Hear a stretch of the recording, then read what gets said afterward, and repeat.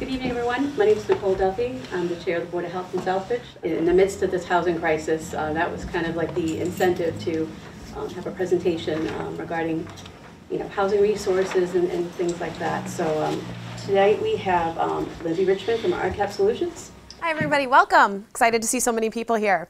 My name is Lindsey. I am the Deputy Director of Housing Counseling at RCAP Solutions. You guys may know of us. We're one of the local RAAs in Worcester. So a little bit about who RCAP Solutions is. We are a housing consumer education center. There are housing consumer education centers all throughout Massachusetts. We're all assigned different regions of the state. We are also a housing counseling agency, which means myself, a lot of my staff, we have been trained. We've taken the HUD exam, so we are up to date on housing, fair housing issues, things like that. We're also a local RAA, which stands for Regional Administering Agency. Our address is over here in the corner, 191 May Street. We're a big old building, can't miss us. Our website and the best phone numbers to reach us at. We are currently open by appointment only and for only paperwork drop-off. This is our service area, so we serve the greater Worcester County. That doesn't mean that if you need help, we're not going to help you. We will absolutely direct you to the RAA that services your area. So it's mostly Worcester County, a couple outliers here and there. But this is our main service area. So some of our services, this is not going to be every single service that RCAP offers, but this will be a nice broad overview. So we do application assistance. Some of you may have heard of the RAFT program. It is one of the current emergency assistance programs. These programs change all the time. New ones are added. So if you didn't qualify once before, you can always call us up and see if you qualify now. We also offer housing search assistance, so the staff will either give you resources so that you can start looking for housing on your own, or they will guide you through it, help connect you with landlords, help with applications, finding applications for different housing programs. I'll get into some of the different housing programs at a later slide. We also have a home ownership program, so first-time homebuyers classes, as well as pre-purchase counseling.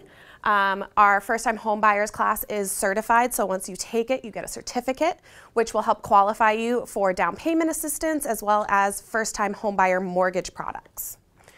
We also offer foreclosure prevention services, so if you or anyone you know is at risk of foreclosure, they're behind on their mortgage, please tell them to reach out to us so we can assist. We also offer a bunch of different workshops, like I mentioned, the first-time homebuyer workshop. We also offer a post-purchase workshop for anybody who is already a homeowner. And we also offer a financial capabilities workshop. So in the financial capabilities workshop, it is a free workshop. I highly recommend it to everyone. We talk a lot about what credit is, how to build credit, how to protect your credit, how to use it wisely, stuff about budgeting and spending plans, savings, everything that has to do with financial well-being.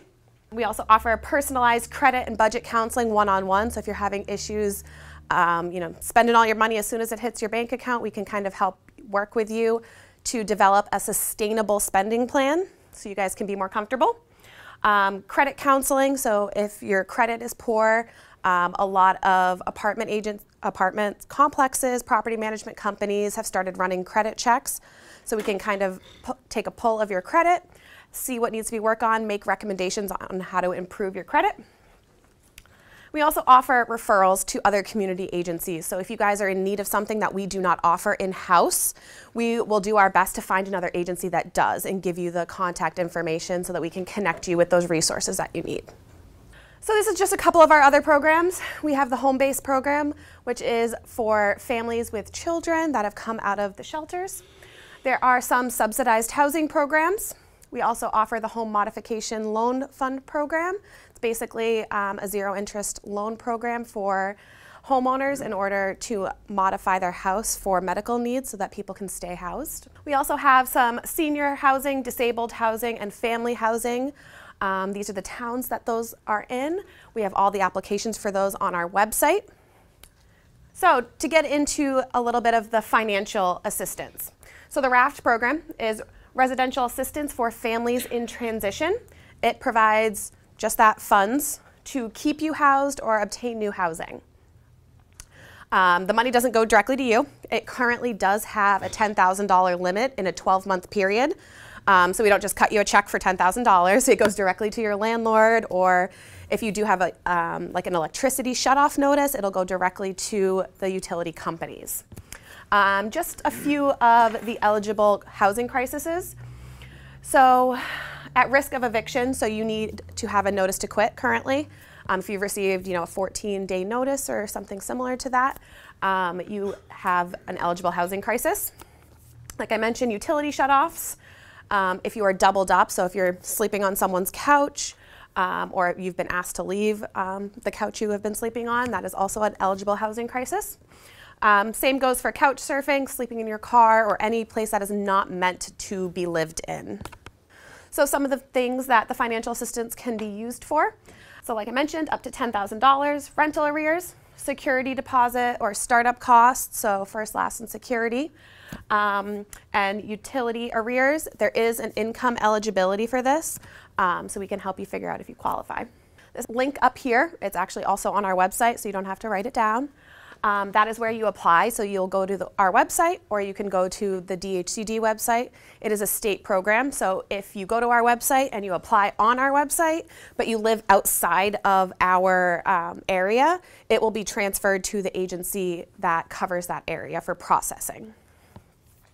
So tenants or landlords can initiate the application. So if you are behind on your rent, you've received that notice to quit, you can go on and apply, and then your landlord will receive an email that says, hey, your tenant has applied for this, and we need you to create a profile and a supplementary application to then match the two applications together. Once the two applications have been matched, they will move on to processing.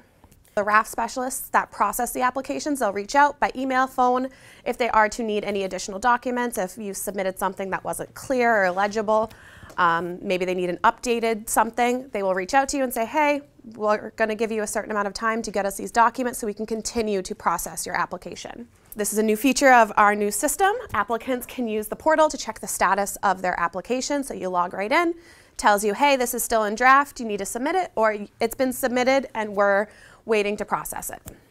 So these are just some of the things you'll need to apply for the RAFT program. So obviously your ID, we need to know who you are. Your rental agreement, so whether it's a month-to-month tenancy, whether it's your new lease agreement for startup costs, your lease agreement that you've been in for however long, we need to see your rental agreement.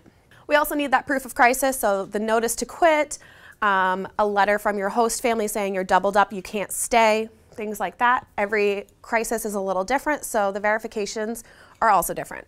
We'll need a proof of income to make sure you income qualify. If you do have a voucher or a subsidy, we'll need your rent share letter. So your rent share letter is essentially just how much of the rent you're responsible for and how much the agency that administers your voucher covers. If you have utility shutoffs, we'll need that for utility arrearages.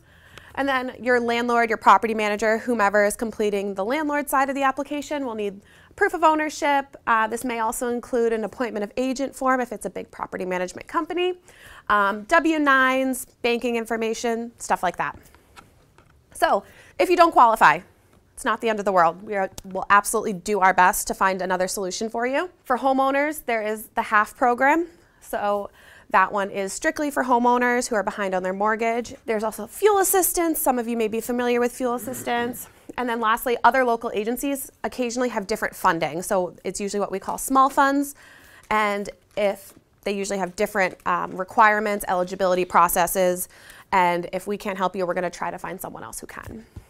So we're going to talk about rental housing. So housing search. In the HCEC, so the Housing Consumer Education Center, we do self-directed housing search, which is where we say, hey, you need housing, here are some resources. Here is the CHAMP application, here is the Housing Navigator. I will get into both of those in a couple slides. We might say, hey, look at this resource or that resource, here's some applications, fill them out, and good luck. We also have staff-directed housing search, which includes you being matched with one of our generalists who will work with you. They can help you call landlords, help you prepare to go see the apartments, figure out what the startup costs are going to be, help you identify new housing opportunities, whether that's with market rate or with subsidized programs. And if it does come to it, we can absolutely point you in the correct direction for a shelter. There are individual shelters, there are family shelters. That is a little bit of a different process to get into the different types of shelters, but we will absolutely point you in the right direction to get into one should you need it. So like I mentioned, market rate housing, those are usually privately owned. It's just the going rate. There's no subsidies attached. It is what the rent is advertised as. There's also project-based subsidies. Project-based subsidies are when your rent is usually a portion of your income, and the project-based subsidies stay with the unit. So the person that lives in the unit is the person who gets the subsidy. You can't take it with you when you leave. Now, tenant-based subsidies, you can take those when you leave. So some types of housing. So Section 8, that's generally the one that everyone thinks about when you hear about voucher programs or subsidies, anything like that. My biggest suggestion for Section 8 is apply as soon as possible. As soon as you think you may be in crisis, apply for Section 8. The waiting lists are very long. I'm not going to lie to you, they are very, very long. So as soon as you think you may need some, it may not be a quick fix, it may not be a right now fix, but it could be a fix for down the road sometime. So the agency will pay part of the rent, and you will be responsible for the other part of the rent. It's generally around 30%. There are different circumstances where it could be more or less, but the agency will pay a portion. They'll pay 70% of it, or they'll pay a majority of it, I'm sorry, and then you'll pay about that 30% of what your income is. Some other types. The Alternative Housing Voucher Program that provides vouchers for low-income, non-elderly persons with disabilities. It's another voucher program. You'll pay around 30% of your income. You can apply for the Alternative Housing Voucher Program through the CHAMP app, or you can go directly through the public housing authorities that administer those programs. The public housing authorities will upload it to the CHAMP, so that way you can edit it, you can make additions if you want to apply to additional agencies, things like that. You can check your status, upload verifications. And then the Massachusetts Rental Voucher Program, it's similar to Section 8, it's just in Massachusetts. So a regular Section 8, after being in Massachusetts for a certain amount of time, you may be able to take that voucher out of state, where the other one, you have to stay in Massachusetts. So the CHAMP application, this is one that a lot of people have heard of. This is the Common Housing Application for Massachusetts Public Housing. It is a great application where it is very centralized. You can apply for every town in Massachusetts. What I will say about that is you need to be very careful. Do not apply for places you are not willing to live. And now I say that because if you get pulled for Shrewsbury, because you applied for Shrewsbury, and you say, you know what, don't really want to live in Shrewsbury, they say, okay, we're taking you off the Shrewsbury list. Now, if you deny 3 offers of housing, you're taken off all the lists and you have to start all over. So it's also very, very important to make sure that you're updating your address. If you have any additional housing crisis, that you're uploading those verifications, because they need to notify you. So if you have moved 6 times since you applied, they're not going to be able to find you. You're not going to get the letters that say, hey, you're getting close to the top of the list. This is what we need for you. If they don't hear from you, unfortunately, they are going to take you off of those lists. This is actually a screenshot from the application for the CHAMP. So if you look here, all the way up at the top, it says AIR. AIR has family housing with 2 and 3 bedroom units. AIR also has elderly and handicap housing with 1 bedroom units. Now, the reason this is important is because if you are a single individual, they're not going to put you in a 3 bedroom unit unless you have reasonable accommodations, you have maybe a caretaker that lives with you, things like that, but they're not going to put you in a unit for something your household size doesn't match. So it does go down. It is in alphabetical order, which is nice. And it says, you know, Belmont has family housing, and the family housing is only 2 and 3 bedroom units, where I believe that says Brookline. Brookline has family housing that is all the way up to 5 bedroom units. So you have to kind of look through the list and figure out, what do I need? How many children do I have? How many people are in my household? What will I qualify for? That's the same as if you are, 25 years old, you're not going to qualify for elderly housing. So this is the Housing Navigator. This is by far my favorite resource. It is very easy to use. It's similar to like a Zillow or apartments.com, where you go in and you say, I want to live near this zip code. I want to live in this area, this region, things like that. And these are all real listings. So it does kind of keep you away from the scams, which is very, very nice.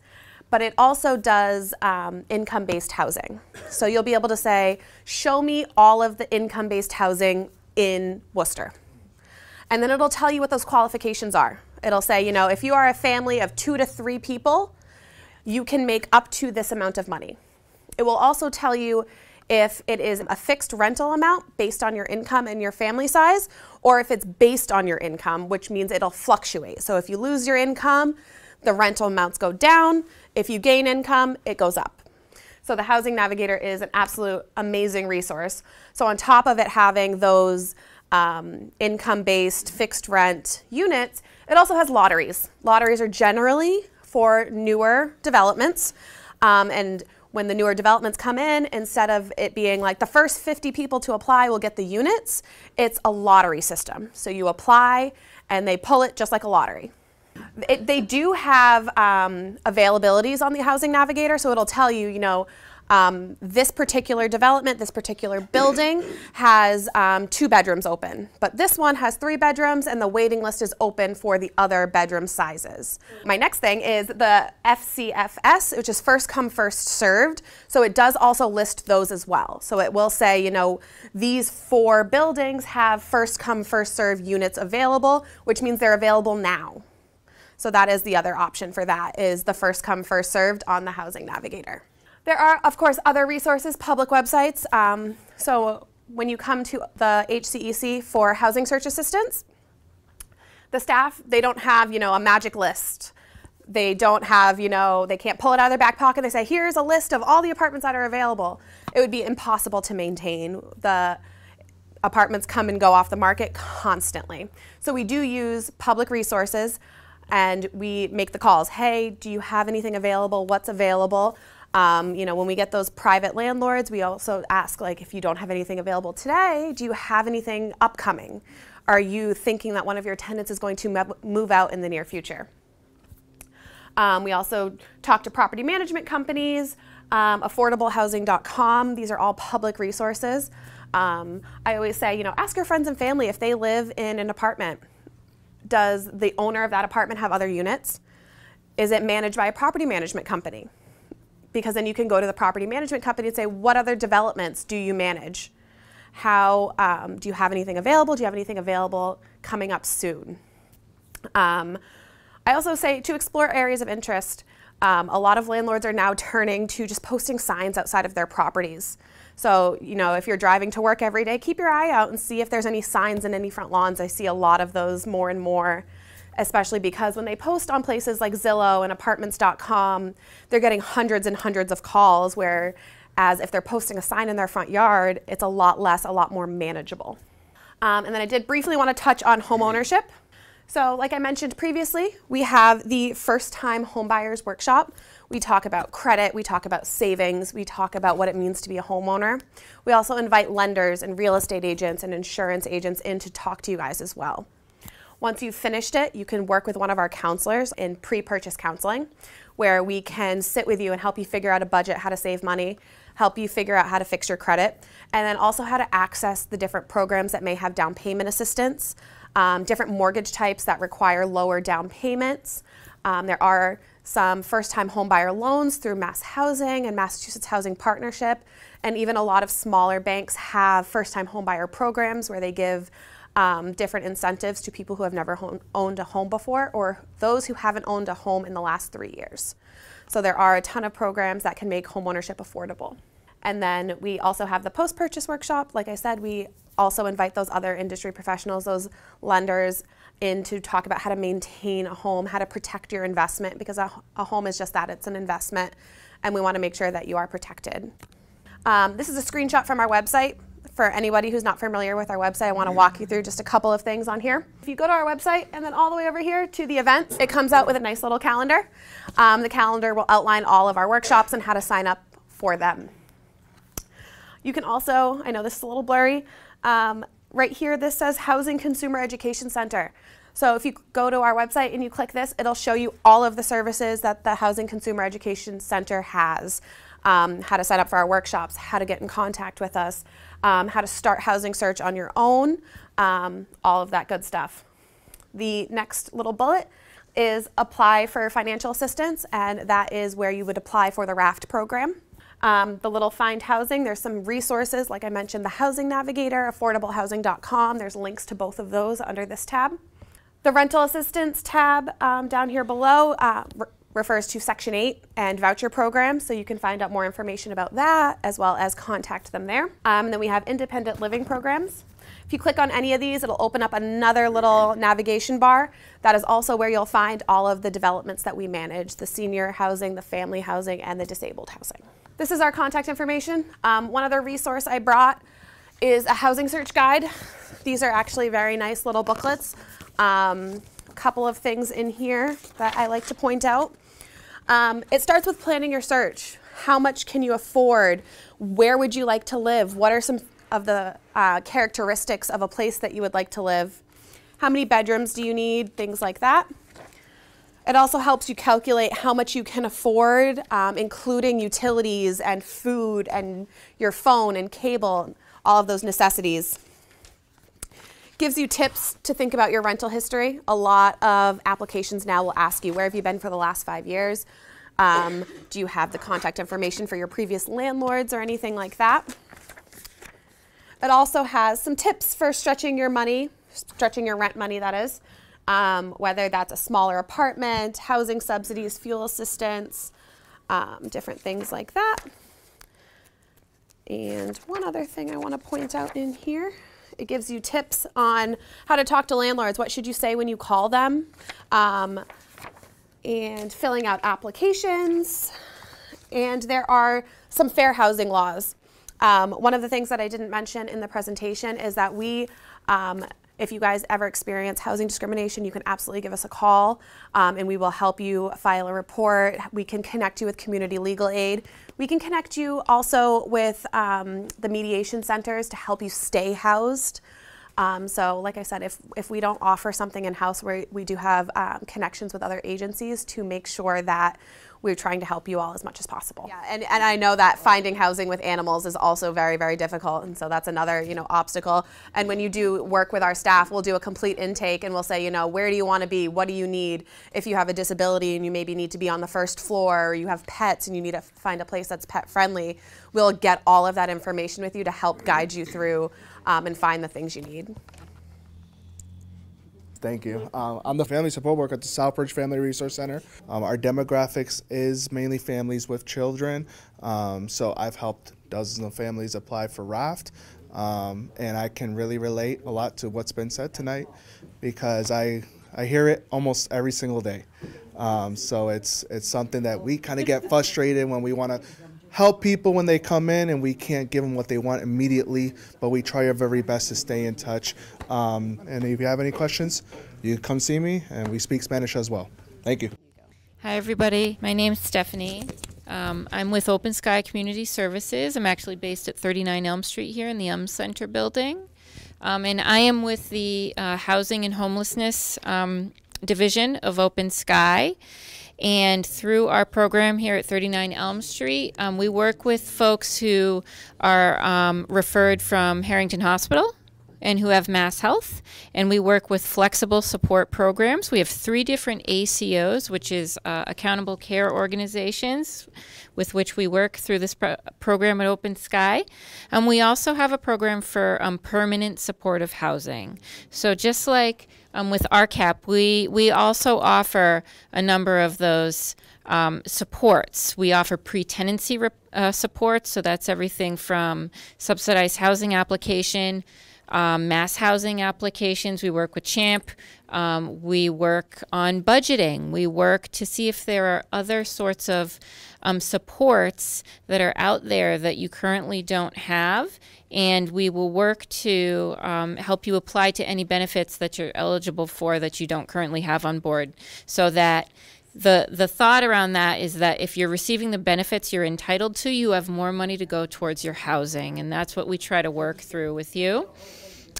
We help with lots of things, also for tenancy sustaining purposes. So if you are facing arrearages in your rent, if the fuel bill is really high, if you know, are we're all spending a lot of money on groceries right now, but you may not have SNAP, we will help work on all of those applications for you again, so that more of your income can be used towards housing needs. So we work with people from all sorts of backgrounds, and again, we're here local, and we help with, as I say, flexible services housing, as well as permanent supportive housing. Open Sky has 150 different programs. We're based out of Worcester. But here in your town, in our community, we're just around the corner. So I have some business cards I can leave. Please feel free to get in touch with me. Usually what happens when I meet new folks, whether it's in this setting or we go to Worcester to St. Xavier Center, do some outreach for those who are either, housing insecure or they're experiencing homelessness at this time. We work with people from all sorts of backgrounds, and really, if you need additional supports in your life, whether it's around education, career, mental health needs, substance abuse, we can help with that throughout other referrals through the agency. So again, my name's Stephanie. I'm the SHAP and FSP lead housing specialist with Open Sky, based here at 39 Elm Street, Suite 203. Please get in touch with us. Send me an email, give me a call. We'll see what we can do for you. And thank you for your time. Thank you for coming. For any questions or anything, Lindsey is here, Joey's here, and Stephanie.